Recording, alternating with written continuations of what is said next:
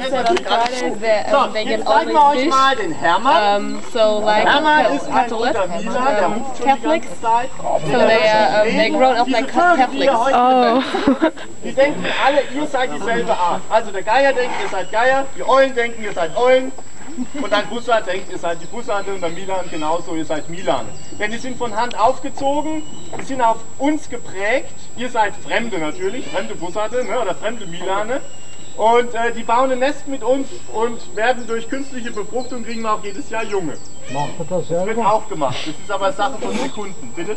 Macht er das selber? Mach ich selber. So. Hermann geht auf den Baum. Er soll jetzt eigentlich mal ein Stück in der Luft fangen, so ein Stückchen Fleisch. Auf geht's! Ich kann nicht Hermann, komm! Hopp, hopp! Hermann, komm! Auf geht's! Komm!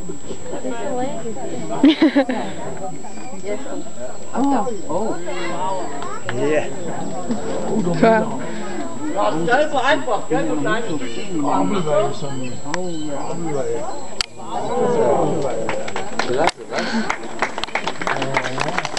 Ja, wenn der Hermann mehr Wind hätte, dann würde der seine ganze Fluchtkunst zeigen hier.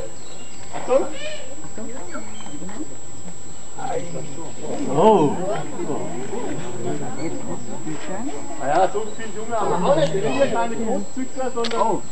Bitte, Hermann! Sondern wir züchten eigentlich nur für uns und fliegt auch mal einer weg. Gerade beim Milan ist das immer so eine Sache, denn der Milan ist auch Zugvogel.